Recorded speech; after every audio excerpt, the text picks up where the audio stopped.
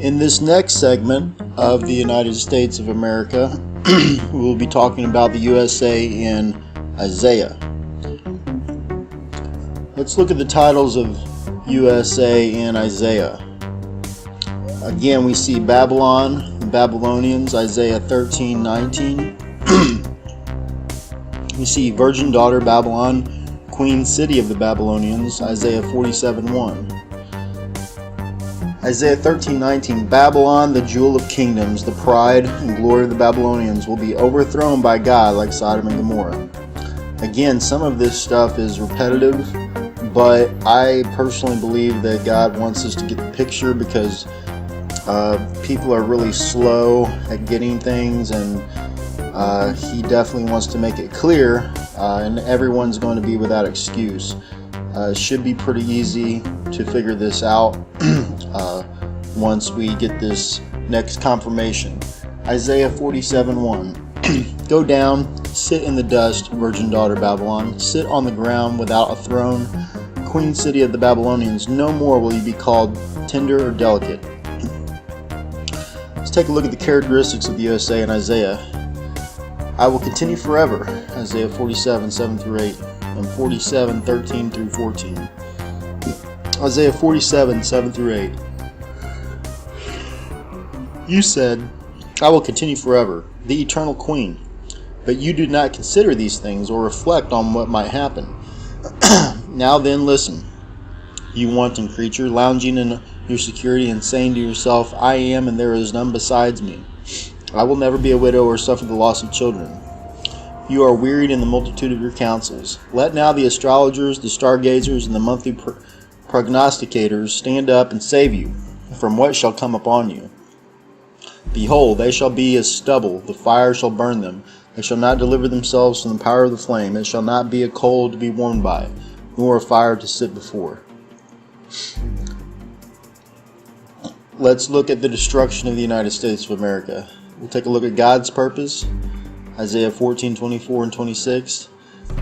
It's like Sodom and Gomorrah, Isaiah 13:19. It's wiped out, Isaiah 14:22.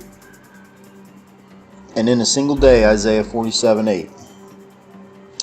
Again, I just want everyone to understand the New Testament and Revelation is very descriptive of the same thing, but it's amazing how much the Old Testament covers this and the prophets and the minor prophets. So this is a clear picture given in both Old and New Testament of what's going to happen. So just listen up and take note.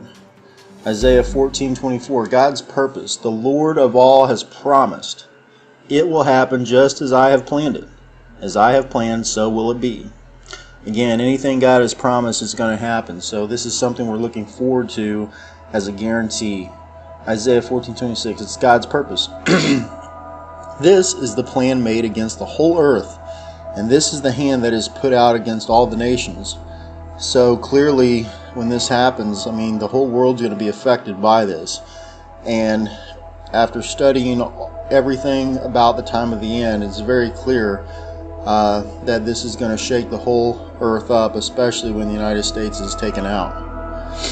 Isaiah 13:19, like Sodom and Gomorrah, Babylon, the jewel of kingdoms, the pride and glory of the Babylonians will be overthrown by God like Sodom and Gomorrah. So we know that Sodom and Gomorrah was utterly destroyed and completely destroyed. It was not a pretty sight. And again, he told those people to leave, before it was destroyed. So God gives fair warning. Isaiah 14:22, wiped out. I will raise up against them, declares the Lord God Almighty. I will wipe out Babylon's name and survivors, her offspring and descendants, declares the Lord. He's not going to hold any prisoners. Isaiah 47:8-9. In one day. Now then, listen, you lover of pleasure, lounging in your security and saying to yourself, I am, and there is none beside me. I will never be a widow or suffer the loss of children. Both of these will overtake you in a moment, on a single day. Loss of children and widowhood. They will come upon you in full measure, in spite of your many sorceries and all of your potent spells. Once again, in one day, it has to be something that's sudden. We are given fair warning with the first and second seal, but this one day will be a day that the United States just completely falls to their knees and surrenders, and it's not going to be a good day. God's warning. Listen up, Isaiah 48, 1 through 2. Leave and flee Babylon, Isaiah 48, 20. Isaiah 48, 1 through 2. Listen to this, you descendants of Jacob, you who are called by the name of Israel and come from the line of Judah, you who take oaths in the name of the Lord and invoke the God of Israel, but not in truth or righteousness, you who call yourselves citizens of the holy city and claim to rely on the God of Israel, the Lord Almighty is his name. Leave and flee Babylon, Isaiah 48, 20. Leave Babylon. Flee from the Babylonians. Announce this with shouts of joy and proclaim it. Well, that's what we're doing now. Send it out to the ends of the earth. Say, the Lord has redeemed his servant Jacob. Good question. Where to go? Into their own land. Isaiah 14:1. To Zion, which is Jerusalem, Isaiah 14:32. And in the way you should go, Isaiah 48:17. Isaiah 14:1. Into their own land. The Lord will have compassion on Jacob. Once again, he will choose Israel and will settle them in their own land. Foreigners will join them and unite with the descendants of Jacob. Once again, we see that the foreigners will also join them. Isaiah 14:32. To Zion. What answer shall be given to the envoys of that nation? The Lord has established Zion, and in her his afflicted people will find refuge. Again, this is a place of refuge back in Israel. A lot of people think, why would we go back there? But this is what God says. I mean, the whole earth is going to be under attack of some sort, but God promises help and refuge where he tells us to go. And we should trust in God for that. Isaiah 48:17, in the way you should go. This is what the Lord says, your Redeemer, the Holy One of Israel. I am the Lord your God, who teaches you what is best for you, who directs you in the way you should go.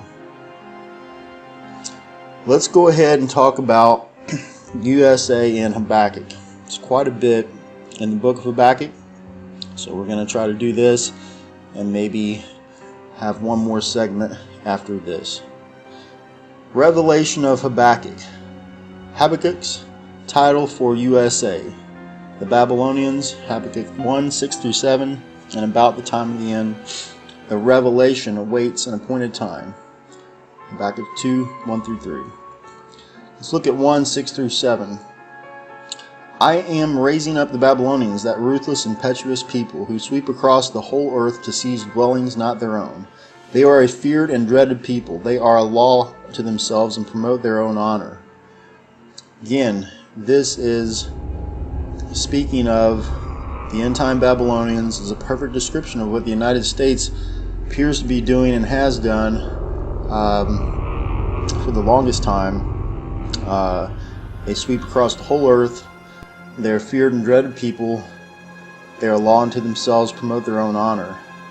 Habakkuk 2, 1 through 3. I will stand at my watch and station myself on the ramparts. I will look to see what he will say to me and what answer I am to give this complaint. Characteristics of the United States following 9/11. We find this in Habakkuk. Watch and be amazed. The Babylonians sweep across the earth. They are a law unto themselves. They fly like a vulture. Their hordes advance like a desert wind. They deride kings and scoff at rulers. Habakkuk 1, 5 through 11. They live in luxury. Habakkuk 1, 15 through 17. Look at the nations and watch and be utterly amazed, for I am going to do something in your days that you would not believe, even if it were told you. So even if it were told us, people would not believe it. This is going to be that amazing. God says, I am raising up the Babylonians, that ruthless and impetuous people who sweep across the whole earth to seize dwellings, not their own. They are a feared and dreaded people. They are a law unto themselves and promote their own honor. This is exactly what's going on today with the United States. And we need to be cognizant of what is going on today. And thankfully we have Habakkuk as we'll see, that gives us some really good gold nuggets about some details in this land of the Babylonians. Habakkuk 1, 5-11. Their horses are swifter than leopards, fiercer than wolves at dusk. Their cavalry gallops headlong, their horsemen come from afar. They fly like an eagle, swooping to devour. They all come intent on violence. Their hordes advance like a desert wind and gather prisoners like sand. They mock kings and scoff at rulers. They laugh at all fortified cities. By building earthen ramps, they capture them. Then they sweep past like the wind and go on. Guilty people whose own strength is their God. 15-17. The wicked foe pulls all of them up with hooks. He catches them in his net. He gathers them up in his dragnet, and so he rejoices and is glad. Therefore he sacrifices to his net and burns incense to his dragnet. For by his net he lives in luxury and enjoys the choicest food. Is he to keep on emptying his net, destroying nations without mercy? Again, this is a description of the United States and how they live in luxury. Let's look as the United States approaches the Iran war. We're given basically the third witness. We've talked about this in the second seal of Revelation a little bit. Again, we're going to study a little bit more here again in detail on Habakkuk. Obama, Habakkuk 2, 4-6. We do believe that this is a picture of Barack Obama as the leader of the end-time Babylonians at this time, right before the second seal. Wine betrays him, gathers to himself all nations. Will not all of them taunt him with ridicule and scorn? Our creditors rise up. Habakkuk 2:7. Plundered many nations. Habakkuk 2:5. The violence we've done to Lebanon will overwhelm you. Habakkuk 2:16-17. Habakkuk 2:4-6. See, the enemy is puffed up. His desires are not upright, but the righteous person will live by his faithfulness. Indeed, wine betrays him. He is arrogant and never at rest, because he is as greedy as the grave, and like death is never satisfied. He gathers to himself all nations and takes captive all the peoples. Will not all of them taunt him with ridicule and scorn, saying, Woe to him who piles up stolen goods and makes himself wealthy by extortion. How long must this go on? Again, we're seeing today exactly what's taking place here in Habakkuk with the Obama administration. This is a description of a man, a leader who is arrogant, puffed up, greedy, gathers themselves all nations, take captive all the people. But we need to watch. Something will happen to where everyone will taunt him with ridicule and scorn. Be on your guard. I've told you everything ahead of time. Mark 13:23. And let's take a look at the summary of the USA. USA characteristics. It's a superpower, dominates the Middle East, intoxicates everyone, kills God's people, abortions, hated by Islamic nations. Babylon is a city-state, adulterous behavior, nation of many waters. We're going to take a look at this in these verses. It's a superpower, Revelation 17:15. Then the angel said to me, the waters you saw where the prostitute sits are peoples, multitudes, nations, and languages. Again, the United States is a superpower, sits on many waters. Dominates the Middle East, Revelation 17:3. Then the angel carried me away in the spirit to a wilderness. There I saw a woman sitting on a scarlet beast that was covered with blasphemous names and had 7 heads and 10 horns. Again, if we go further, when we take a look at the final beast kingdom, we'll understand a little bit more here. But United States does dominate the beast, and so we'll go in further to that probably in the next series on the Antichrist and the final beast kingdom that's talked about in Daniel and also obviously Revelation. Again, there's still more domination of the Middle East. The 10 horns are the 10 kings who will come from this kingdom. As I said before, the final beast kingdom. After them, another king will arise. This would be the Antichrist, different from the earlier ones. He will subdue 3 kings. So the Bible is full of things to watch for after this next seal. It's very clear at this point what's going on in the Middle East. The countries over there are not very happy with the United States. Iran is chanting death to America. Obama seems to be not doing what he needs to do and basically allowing almost a setup for a destruction or some sort of a war to ignite fairly soon before he leaves office. Intoxicates everyone, Revelation 17:2. With her the kings of the earth committed adultery, and the inhabitants of the earth were intoxicated with the wine of her adulteries. Kills God's people, Revelation 17:6. I saw that the woman was drunk with the blood of God's holy people, the blood of those who bore testimony to Jesus. When I saw her, I was greatly astonished. Abortions, Jeremiah 1:5. Before I formed you in the womb, I knew you. Before you were born, I set you apart. I anointed you as the prophet to the nations. More abortions. Psalm 139:13. For you created my inmost being. You knit me together in my mother's womb. Revelation 18:22. The music of harpists and musicians, pipers, trumpeters will never be heard in you again. No worker of any trade will ever be found in you again. The sound of a millstone will never be heard in you again.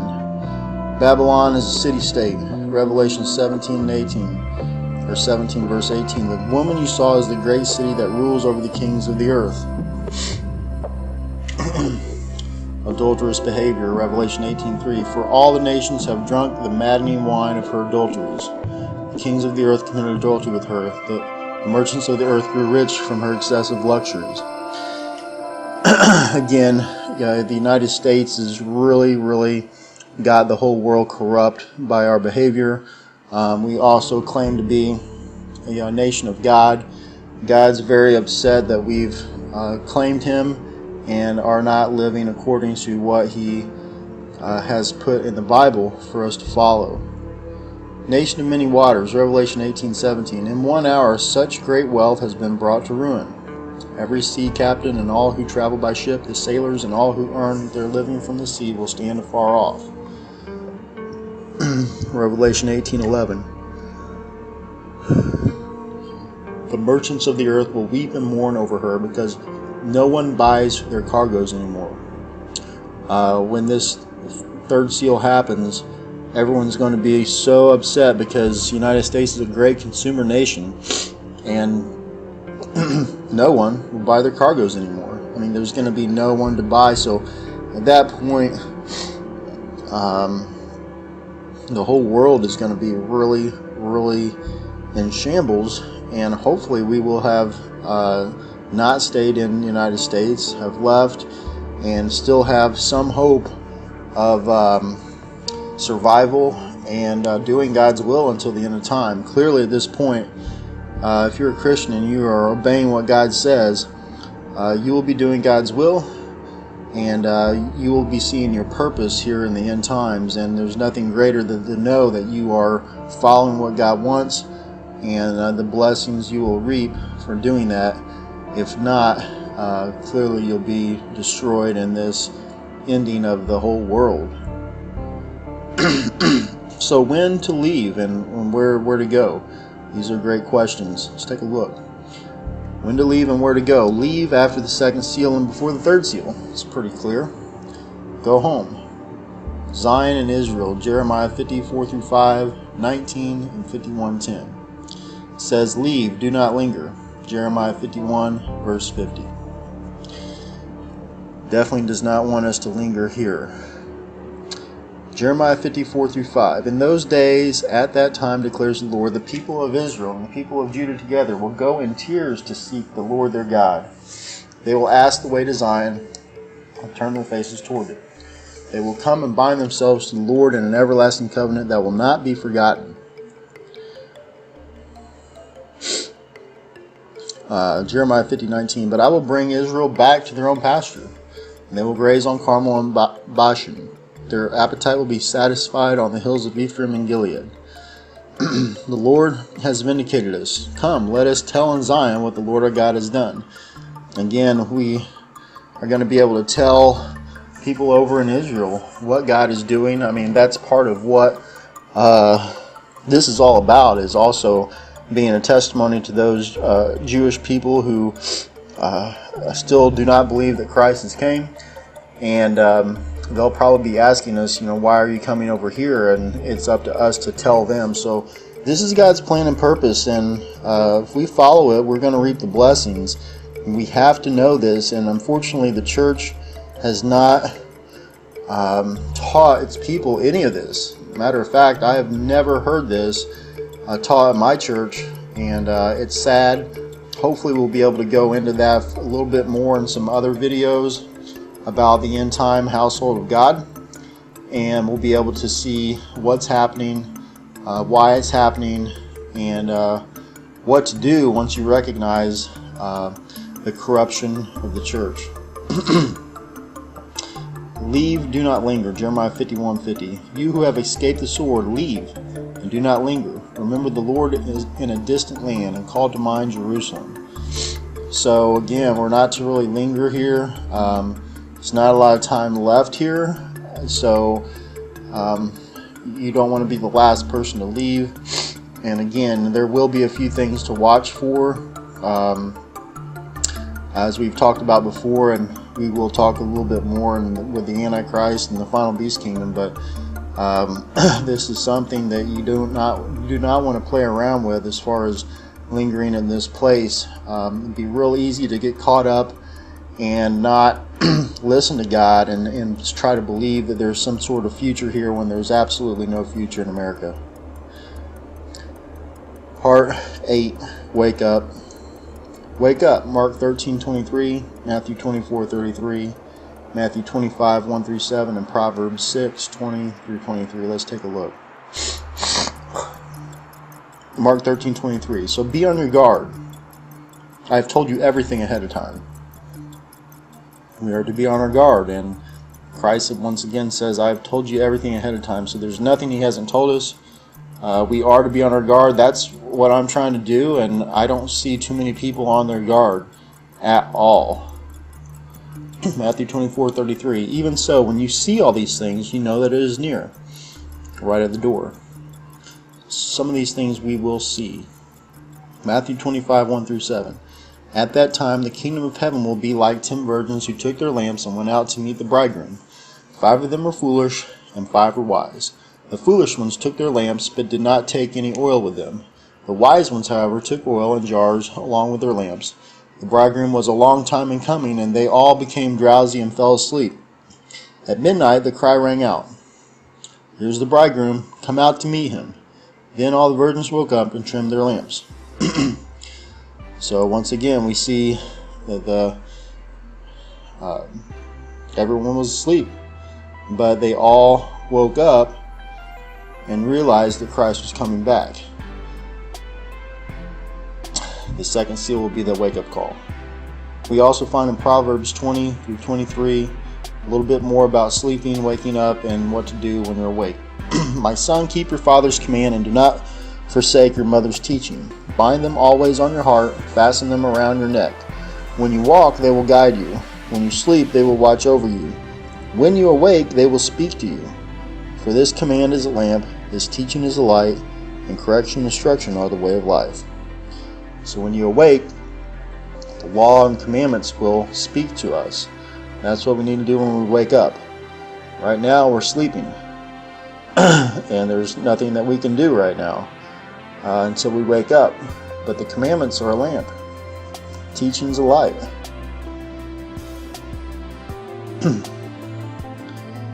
That concludes United States